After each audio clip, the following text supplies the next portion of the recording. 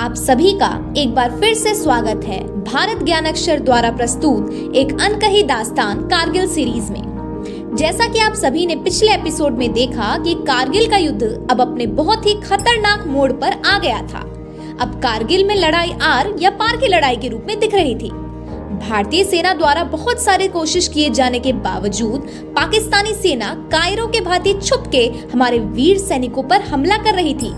भारतीय सेना पाकिस्तान की कायर फौज को मुंह तोड़ जवाब तो दे ही रही थी, परंतु पहाड़ों की बहुत अधिक ऊंचाई होने के कारण उनकी पाकिस्तानी सेना के मुकाबले कारगिल पर पकड़ कमजोर पड़ती जा रही थी। भारत के कई वीर सैनिक भी इस युद्ध में अपनी भारत माता की रक्षा करते हुए शहीद हो रहे थे।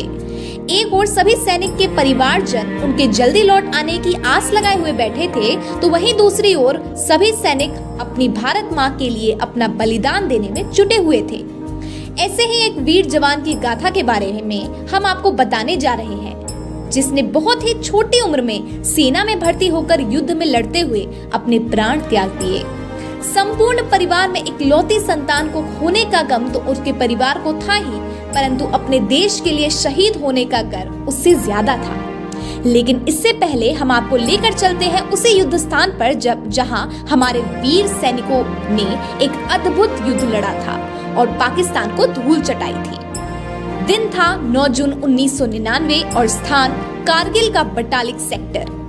जैसा कि आप सभी को ज्ञात है कि कारगिल की पर बनी हुई अलग अलग चोटियों पर पाकिस्तान की सेना ने कब्जा कर लिया था और हमारी सेना के बहुत सारे पॉइंट्स अपने कब्जे में ले लिए थे। भारतीय सेना ने अभी तक बहुत ही बहादुरी और वीरता के साथ मुकाबला करते हुए कारगिल की कई चोटियों पर विजय प्राप्त कर ली थी, परंतु पूरे कारगिल पर विजय प्राप्त करना अभी बाकी था, जिसके लिए भारतीय सेना के साथ अब भारतीय वायुसेना भी मिल गई थी और अब दोनों ही सैन्य शक्ति का मुकाबला पाकिस्तान के लिए कर पाना नामुमकिन सा हो रहा था। कई बड़ी बड़ी चोटियों पर तो हमारी सेना ने विजय प्राप्त कर ली थी और अब बारी थी बटालिक सेक्टर के 2 महत्वपूर्ण चोटियों की।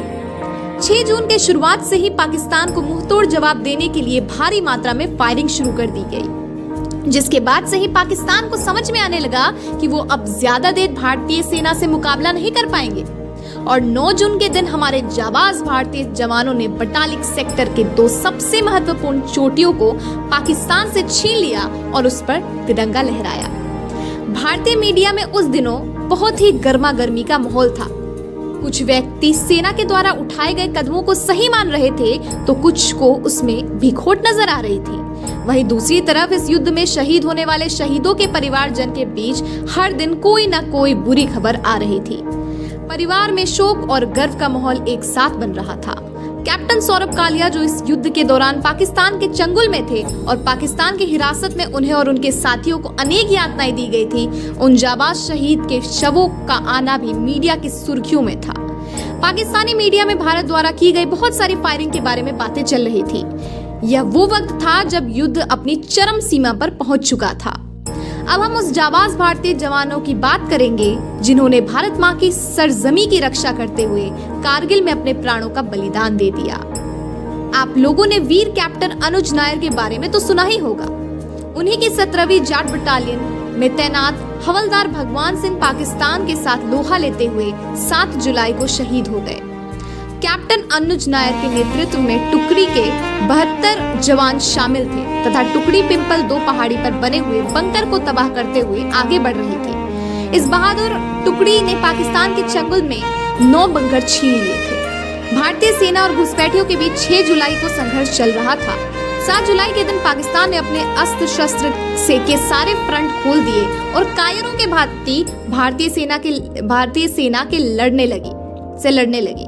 अचानक हुए इतने बड़े हमले के कारण टुकड़ी को संभालने का मौका नहीं मिला और कुछ गोलियां आकर भगवान सिंह को जाकर लगी, परंतु उन्होंने फिर भी हार नहीं मानी और पाकिस्तान को करारा जवाब देते रहे। वे बुरी तरह से घायल हो चुके थे और पाकिस्तान की तरफ से गोलीबारी रुकने का नाम ही नहीं ले रही थी। इसी बीच एक के बाद एक गोली भगवान सिंह के चेहरे पर आकर लगी और वे शहीद हो गए। उनके साथ साथ कैप्टन नायर और अन्य 10 जवान भी शहीदी को प्राप्त हुए। भगवान सिंह भरतपुर जिले के अरबोरा गांव के रहने वाले थे। जैसे ही उनकी शहीदी की खबर भारतीय मीडिया द्वारा उनके घर तक पहुंची, पूरा गांव शोक में डूब गया। भगवान अपने माता पिता की इकलौती संतान थे। उनके परिवार में माता, पत्नी, बहन और बेटे बेटियां हैं। भगवान की बड़ी बहन का उनके बारे में कहना था कि वह उम्र में 20 वर्ष छोटा था। घर में अपने फौजी रिश्तेदारों को देखकर उसे भी फौज में जाने की धुन सवार थी।